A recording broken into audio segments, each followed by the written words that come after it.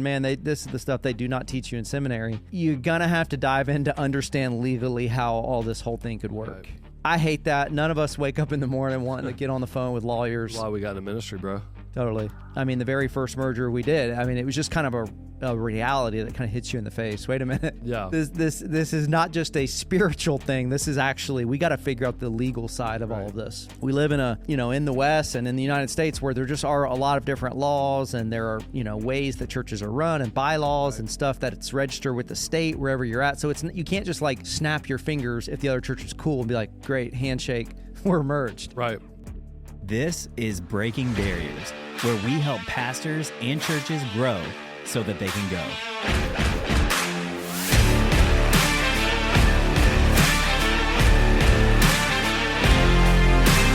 Hey everybody, this is Pastor Bobby here. Welcome to the Breaking Barriers podcast. I am here with Pastor Andrew, and today we're going to be talking about church mergers. This is a second episode we have done on this topic.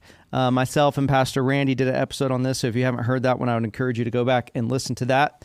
And in that episode, we talked about really why church mergers are so important, and they will continue to be important for the next 10 to 20 years, I'm sure.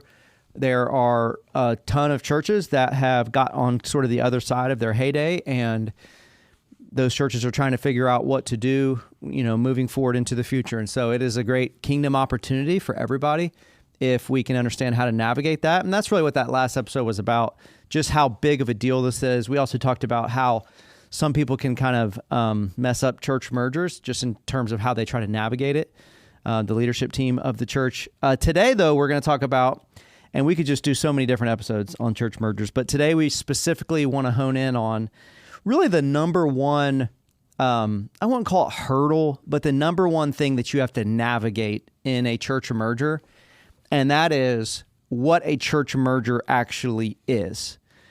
We use the term church merger because, that's just how we all talk about it. But in a healthy church merger, there's not a ton of stuff you're actually merging. Yeah, it's a bad term. Right? We use it because that's just right. When you say church merger, people understand what you're talking about. But a lot of times I think in church merger, we do kind of think, a church merger, and especially the church that's going to be merging in, they kind of think when they first hear, maybe their lead pastor brings it to them or whatever, they think, church merger, it's kind of like a marriage, where you got two people and you're bringing together two different cultures and missions and visions and likes, dislikes, and you're kind of bringing that all together to make one new thing. And that's how people normally think about merger. People have done that, right? There's lots of examples, but the vast majority of those examples, if you actually look into two churches that actually tried to merge their mission, vision, values, culture, it's a really bad horror story that ends up happening. Right.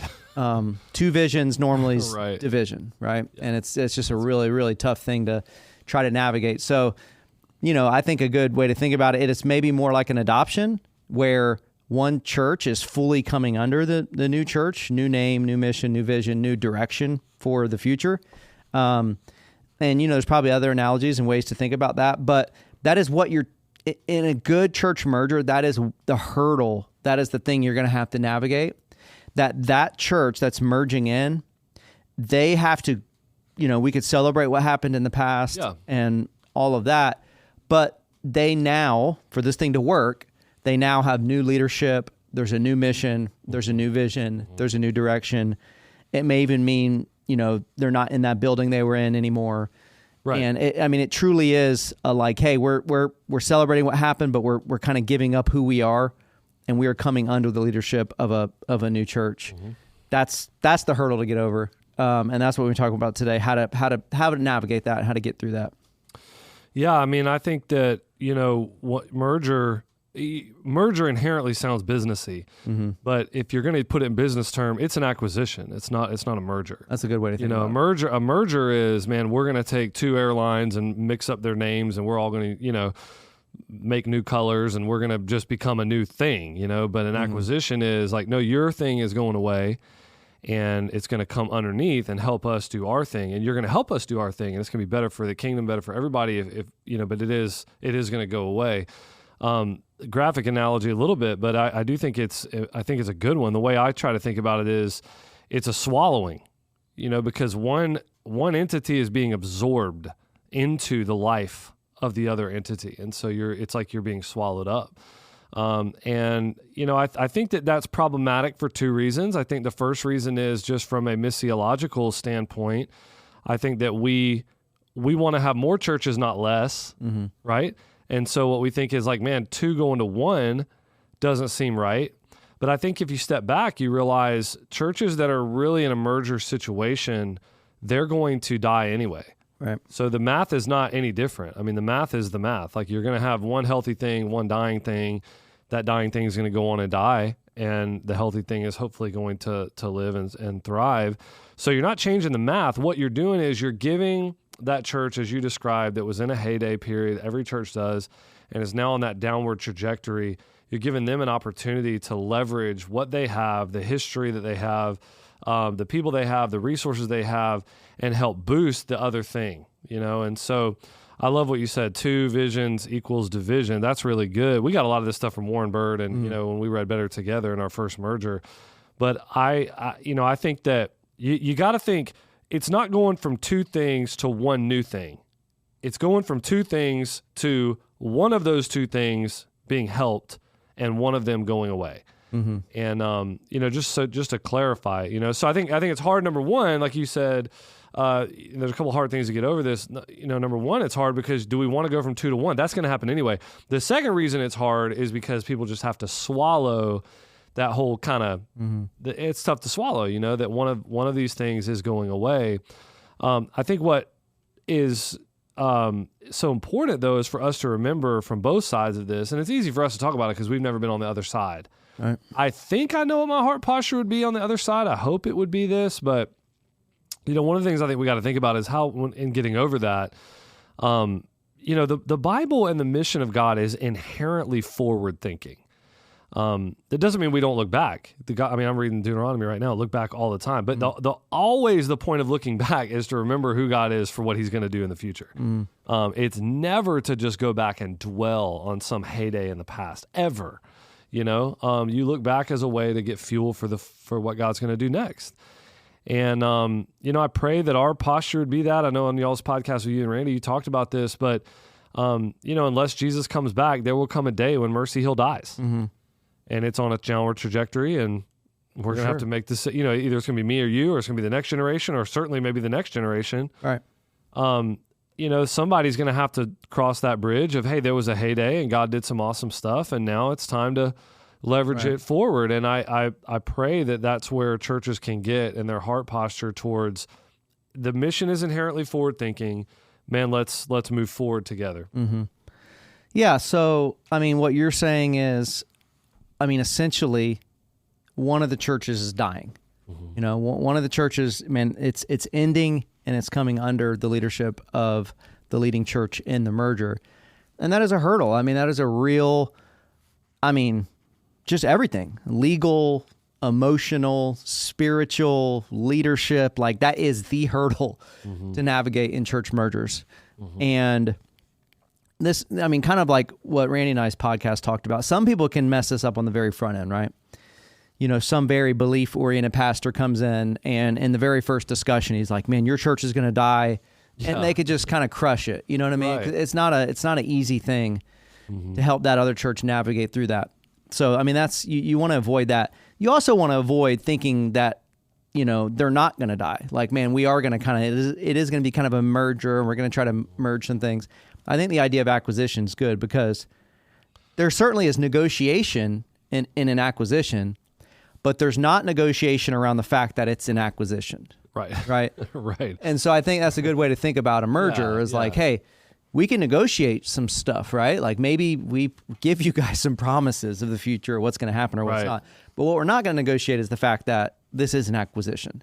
You guys are coming under us. So I want to talk about 4 things that I think, things that you have that are going to help you navigate through this. And in some ways, you gotta kind of get over these hurdles, or you're not going to be able to navigate it at all. Because a lot of church mergers, don't die on the front end. You get 20, 30, 40% the way through, and then you hit a roadblock that you just can't overcome. So these are not in order of importance. They're all very important. Number one, I think for this to work and for you to be able to navigate the fact that one of the churches is dying, you're going to have from that church that's coming to you, either their pastor, head of their deacons, head of their elders, whatever. There's going to have to be a group of people at that church. They truly are wanting to put the mission over the history or the traditions of that church. And that's a really hard thing to do, because the reality is, and this is a generalization, but in many cases it's true. When churches begin to decline, and then especially when they decline to the point where they're almost dying, there are some real reasons maybe that's happening in those churches, and some of the reasons are those churches don't want to change with the times, right? Maybe geographically their areas changed or whatever it may be, and they're still holding on to, man, in our heyday, this is how we used to do things in the 70s and the 80s or whatever. And, it's easier to kind of throw stones at that. But I mean, that is the reality of where a lot of those churches are. So I have found a lot of times churches say, yeah, we do want to merge. But then once you get into it, you realize pretty quickly, man, they're holding on to a lot of stuff from the past that they're unwilling to give up. And that's actually probably what actually got them to this point. Right. So thinking you're going to be able to just come in and get them to just like switch gears, because maybe they have a lead pastor that's been trying to do that for 5 years and he's not been able to get them to switch gears. So you need somebody that is in their church that kind of gets, man, it's time to put mission over tradition and history. I don't know. You want to add anything to that? Yeah. I mean, I think that StrengthsFinders comes into this somewhat. I think that people are context-oriented or they're future-oriented, and I think context-oriented people, they care about relics. They care about the way we used to do things. This is funny for me and you. I've thought about me and you and our leadership. Like, if I'm context, you're futuristic, right? So for me, the fact that we've done it this way a couple years is the reason why we should do it that way next year. Correct me if I'm wrong. I think the way you think about it is, well, we already did it that way last year. Right. Let's do it a different way next year. Right. You see what I mean? Right. And so it's not right or wrong. It's just that, like, we, you and I in a futuristic context world, we look at the world really differently in that regard. Right. Tradition matters to me. Relic matters to me. Like I have, right. In my office, I have 15 different little relics that are just like little monumental things from our journey here at Mercy Hill. And so my point is that, like, for me, I can really sympathize and empathize with the people that are like, hey, my child was baptized here, Granny's buried here, or whatever. Yeah. And there's, I get it. Like that doesn't mean they're less spiritual people. Mm-hmm. It is literally harder for them to let go of the past. Mm-hmm. Like, it matters more to them. It means more to them. So for them to have an insider, like you're talking about, somebody that is, I don't think they're even necessarily more filled with faith. Sometimes they are, right? Sometimes it's really like, man, they really get the mission rather than the monument museum we're trying to create by this whole church. So sometimes it is, but it might just be that there's somebody that's a little fresher, a little younger, a little more futuristic. They see an opportunity, they're opportunistic, and having them on the inside, for some of these things just matters so much, where they're bought in. I mean, in every merger that we've had that worked out, there was very much it's almost like you put it in the missions terms. There was a person apiece. Totally. There was somebody, and I can name them. I mean, you got David Tolbert, you got Wallace at Northeast, you got Javier for Espanol, like the ones that we've done that are that have gone well, there was somebody there that was like, man, I'm for this, and I could see what it could be. Yeah, Pastor Tim at Edgefield. Yeah, for all sure. of them. The reason I left out Edgefield is, and you guys mentioned this in your last podcast, Edgefield was a little different because they were like, man, they could have kept doing what they're doing for years. I mean, they were healthier than a lot of churches in the tribe. They were just small, but they weren't dying. They were healthy, and and for them, yeah, you're right. But I mean, all those guys, Trey Rhodes, Tim, Bob Rao, who's one of our directional elders now, literally, he was part of that. There was a lot of them, but I think it's because they were healthy. I think when you're it was almost easier with them because of their health, but with some of these other situations that people are going to face when they're facing a church that's kind of dying, it's ironic because what you'll find is, and you mentioned this, but I'll say it also, how many times, Bobby, have we dealt with a church that knows they need to merge, but when we start talking about the things that will change, they don't want to do those things. Yeah. And it's very ironic. It's very ironic. It's like, man, not changing those things is why you're asking for the merger. Mm-hmm. But it's just hard for them to see, man. It's hard for them to let go. So yeah, having somebody on the inside, really, that just understands is very important. Yeah, the majority of conversations that we have had with churches have the mergers kind of it's kind of died right there in the first couple conversations because it's exactly what you're saying. And it's the same reason that a revitalization effort won't work there either. Mm-hmm. You know what I mean? Like people say, well, we're just going to try to revitalize them. I mean, people say that all the time. Well, if we could revitalize this, if we could revitalize that, now you know what I'm going to say. Well, if your brother was a girl, he'd be your sister. You're throwing a lot of ifs around. If you could, yeah. But there's a reason why that church is where it's at, and there's a reason why it's going to be very hard to revitalize it because you're going to start trying to change the things that need to be changed. Yeah, and I would say that we are probably maybe more gracious than some leaders would be in these conversations because we would try to honor, like our Northeast campus. I mean, there's Northeast Baptist before, right? Like, man, we're not trying to like kill their history or kill some tradition just to do it, But what we would say on the front end is, hey, we can't promise that, It may be like, hey, y'all can never get rid of this baptismal, or you can never change the name, or you can never do something different with the building. And we would just always say, hey, we can't promise that, because we are really trying to put mission over some way that we did it in the past or whatever. Man, that's totally true. But I think what you're saying is so right. Like you have to have somebody that gets it. Because you're not going to convince them if there's not someone that's on the inside, that their eyes have already been open to the reality of their situation. I'm thinking of one. I got called by a guy, I was this a couple of years ago, with a church sort of locally in our area. And man, they sat down, they wanted to talk about merger. They wanted to talk about what it looked like. And, I just began to lay out to them like some of the things that would change and what we would do probably differently and how things would change there. And one of the guys in the meeting just began to start getting bothered and actually was honestly getting like heated a little bit, which I was like, I knew already this isn't going to work out for us. But I did feel like, man, God, you put me in this situation for some reason. And I wanted to be a little bit prophetic in the situation. The guy ended up saying, literally out loud, he ended up saying, well, man, I think we know what to do in our context more than anyone else. And I'm like, why did you call me? Right. It's just funny. It's like, man, he verbally out loud said, man, we know what to do. We can do it best in a church that has been dying. No, dead. That they've been leading. This guy had been one of the leaders, one of like the deacons of it for years. Mm-hmm. No people, no baptisms, no money, no new families. I mean, dead as a doornail. But he was convinced that he knew and that they knew exactly what they needed to do for their context and for their whatever. And what they were doing was going to work, except for it wasn't. And so if you don't have a guy on the inside that can pull that guy aside and be like, hey, man, what are you saying? How can you not see the reality of what we're facing? You're not going to be able to convince them because you seem adversarial to them.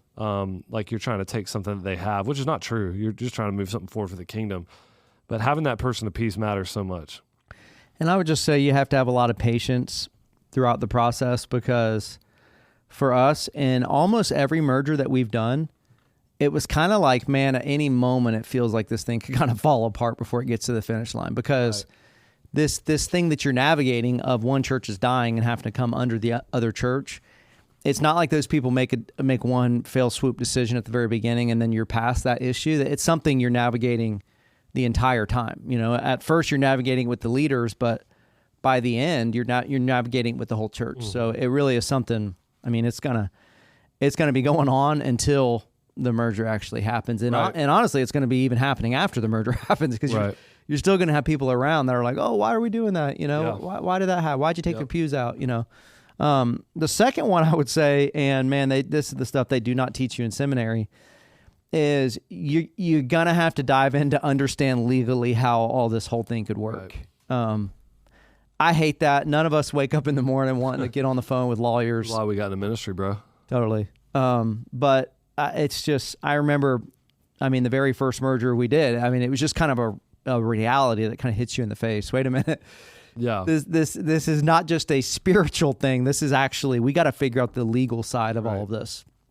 We live in in the West and in the United States where there just are a lot of different laws, and there are, ways that churches are run and bylaws and stuff that it's registered with the state wherever you're at. So you can't just like snap your fingers if the other church is cool and be like, great, handshake, we're merged. Right. There's some real stuff to get over. And what we found, and this is not, this is nothing wrong with this. It just is the reality of it. Like a lot of times, let's say the church that's approaching us for a merger, they probably don't even know what they would actually have to do to merge. Right. Like, is this a vote? Can the pastor decide? Do the elders decide? Do the deacons decide? Who gets to vote?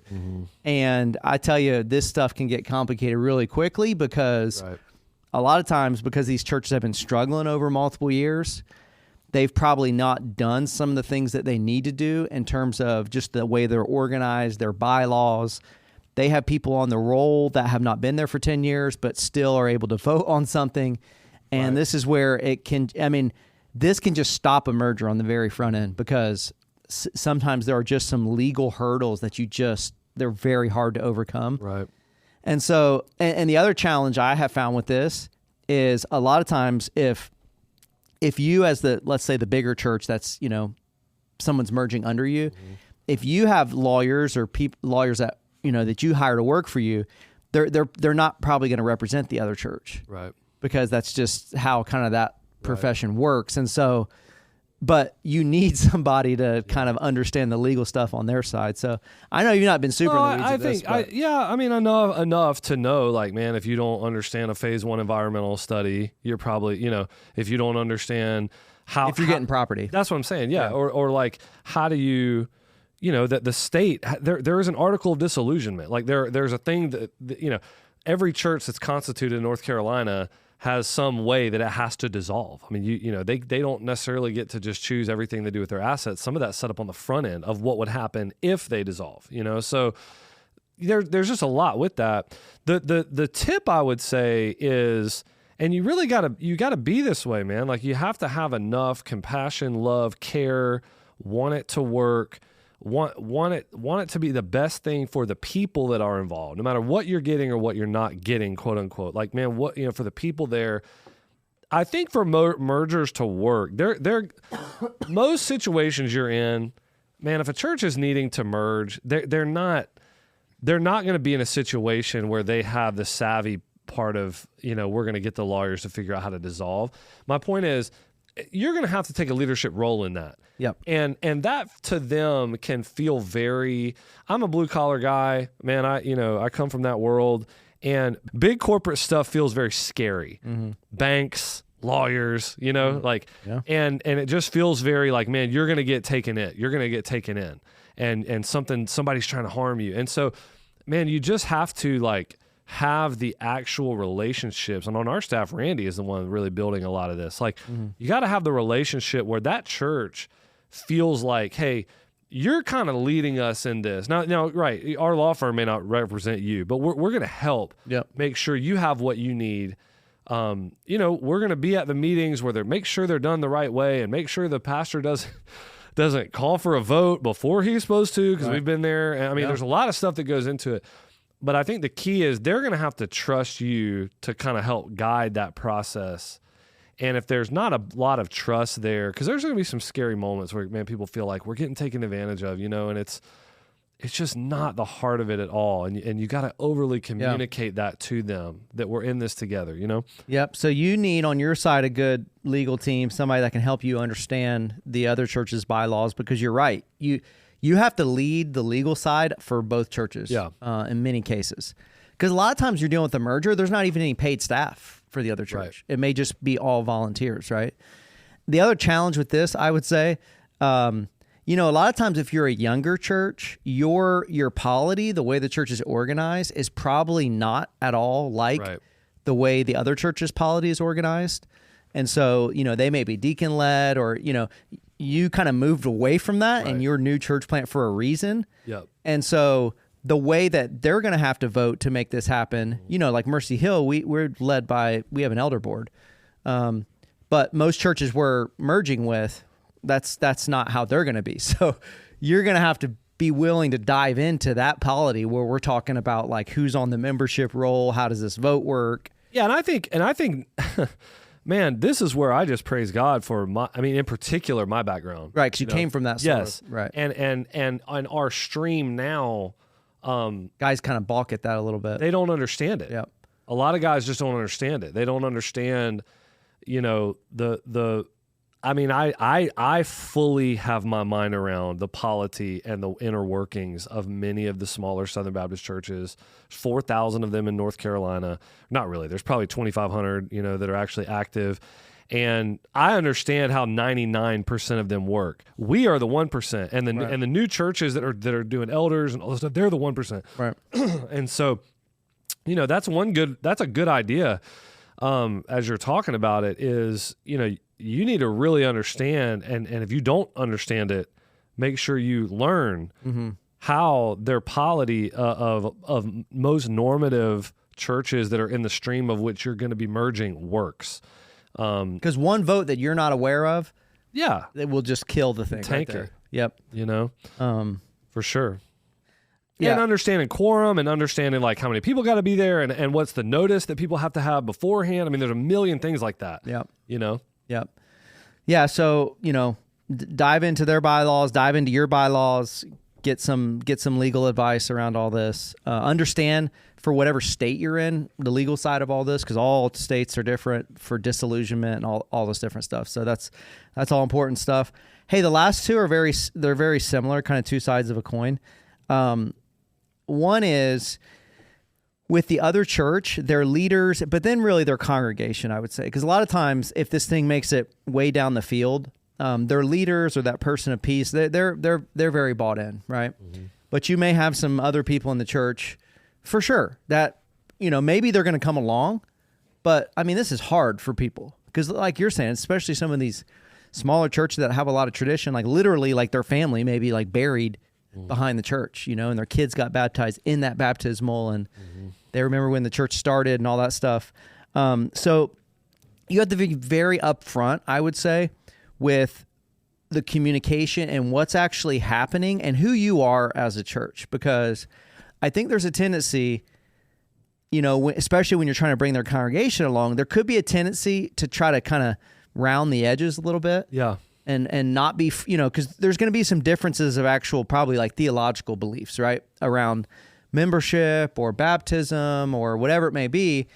And to make this thing work, you could be tempted to be like, let's try to maybe stay away from talking about X or whatever. And you got to just walk right through the middle of that. I remember in one, I'm not going to say exactly what happened, but in one merger case, we were taking Q&A and somebody stood up and gave a little lecture on how their church was different from our church in this particular kind of theological thing. Right. I remember that. And you just got to kind of hit it head on because, you this is not something that you can kind of skirt around. Right. And I feel like, I remember what you're talking about, and I feel like we were like, yeah. I don't think we tried to like say, no, it's not really that. We were like, yeah, you're right. Our church is not going to make you sign a covenant of what your eschatology is, or what your position on elders and in terms of like, man, the polity of it. Like, we have a polity and we have a little bit of openness more on the eschatology side, and that's just what it's going to be. So yeah, I agree with that, man. It's you gotta. And I would say it's actually this is a place, and you've done a really good job of this.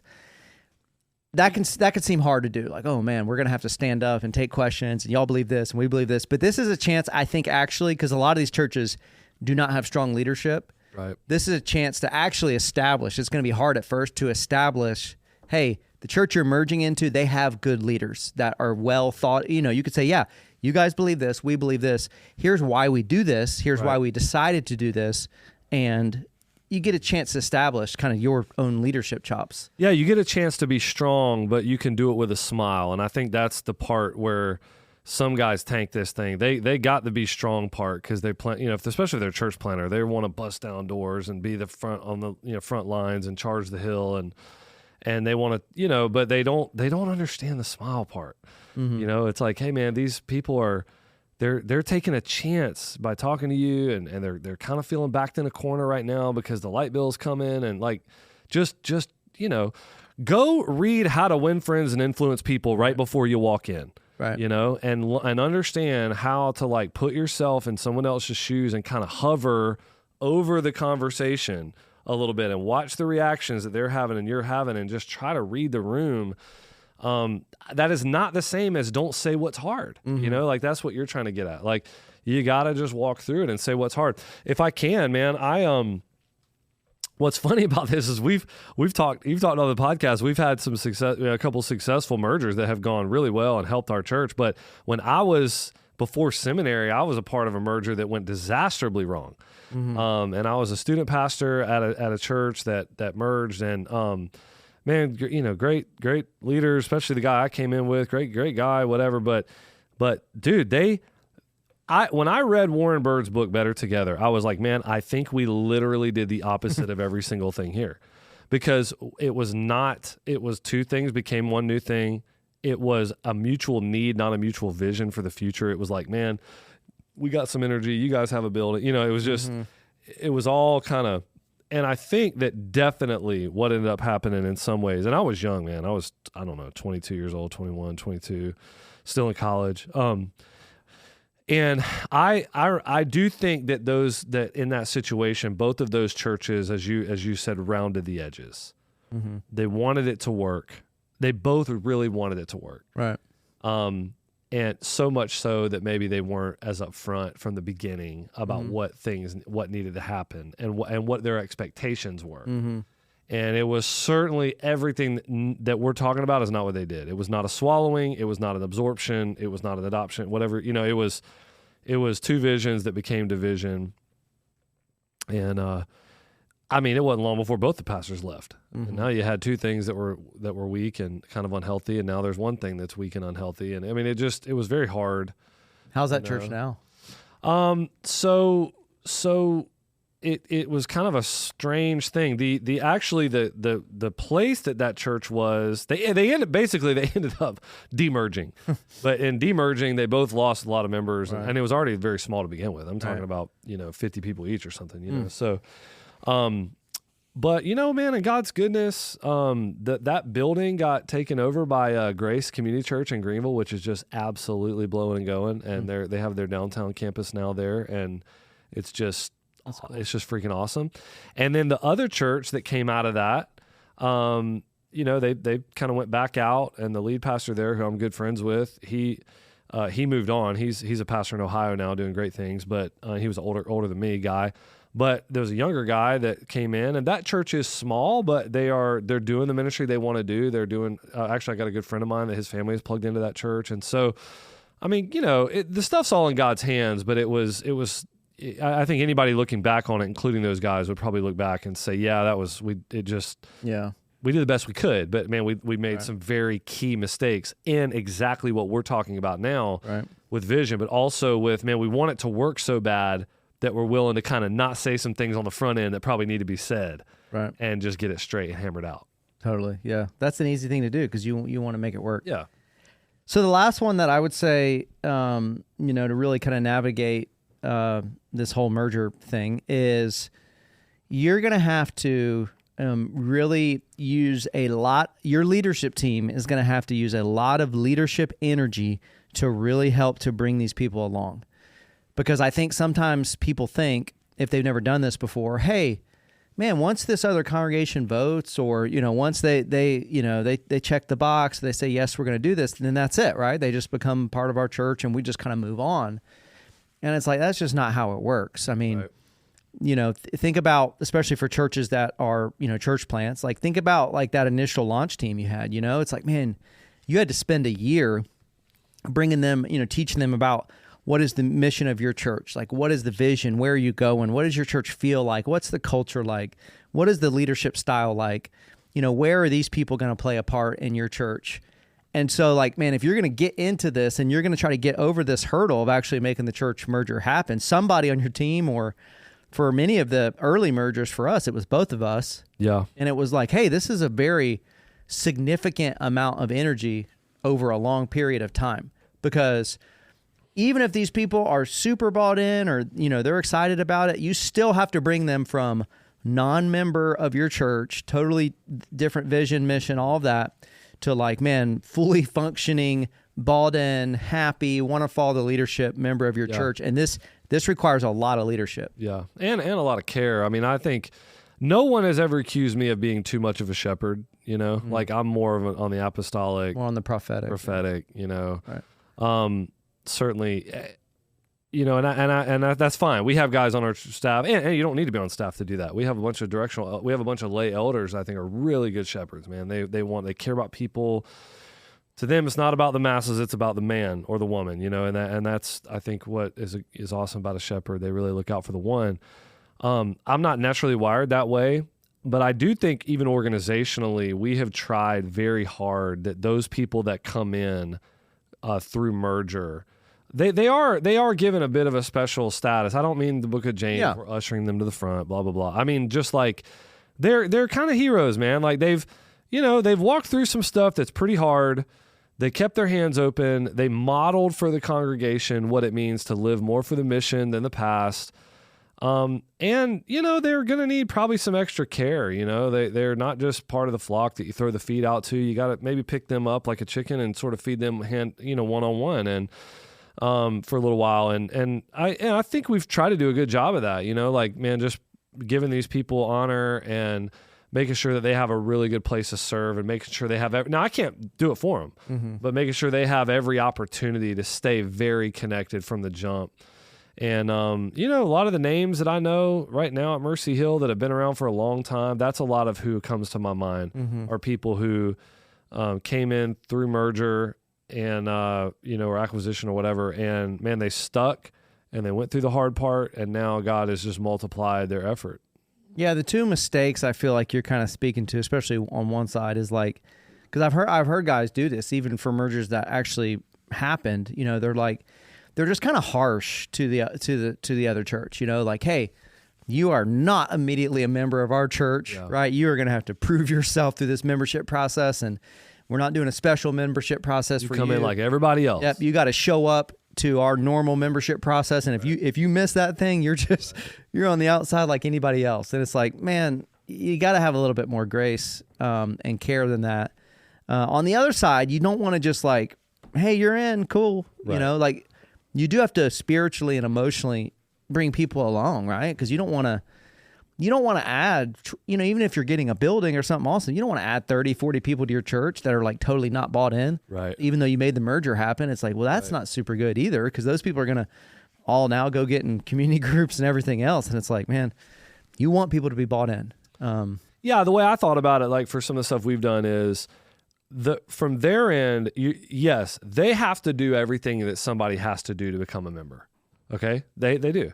But you can go above and beyond and put out make the most easy path, and nothing says that you can't make it easier in terms of time, location. Man, we're going to come to you. Totally. We're going to do, hey, your last few services, we're going to do the weekender process here instead of making you guys come at this date. We're going to do it all and get it done and make sure your member interviews go well, and like all that. Like you can do whatever you want to do to make it easier for them on your end, but they don't get an easier slide. Like they don't get to say, we really don't believe the Baptist faith and message, or I don't really believe the Bible's an error. They don't get to do that, but you can make it easier from your end, the process of it. Yeah, that's great, man. Hey, I would encourage anybody listening, if you have any, specific topics on mergers that you want us to hit, just reach out to us.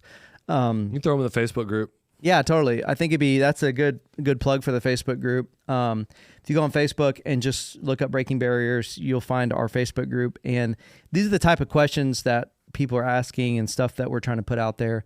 Hopefully that'll be helpful for you guys. We want to hit this topic multiple times. I said this in the other podcast we did. I think it's the number one thing that people reach out to me specifically about.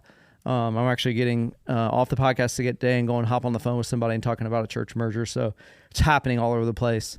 And man, if we can navigate these things well, it's so good for the kingdom, for those churches and for our churches. So well, it's magical thinking to think all these churches that are getting on the verge of dying or are dying are just going to magically turn around. Right. So it's like, man, it's very incredibly strategic to try to sow that old growth. I mean, it's very agrarian. I could get into this, but to try to take that old growth and sow it forward into what God is doing now. Yeah.